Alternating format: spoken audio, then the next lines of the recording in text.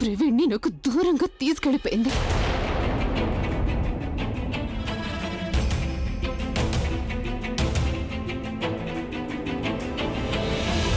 ఇదంతా నీ వల్లే జరిగిందన్నయ్య. నువ్వే తన్ని నెత్తకెక్కించుకున్నావు. అందుకే తను ఇలా చేసింది. ఏం అవసరం వచ్చిందన్నయ్య? తను చేపట్టుకోవాల్సిన అవసరం నీకేమొచ్చింది అసలు? ఏం అవసరం వచ్చిందని తనతో నువ్వు అలా డాన్స్ చేసావు? తన్ని నీ ఒళ్ళు ఎందుకు కూర్చోబెట్టుకున్నావు?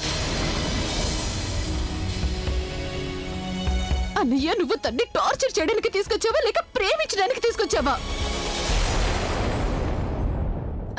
అయినా అన్నయ్య, ఒకవేళ ఇదంతా చెయ్యాలని నువ్వు అనుకుంటే తను కూడా నిన్ను ప్రేమించే విధంగా నువ్వు నటించుండాల్సింది కదా.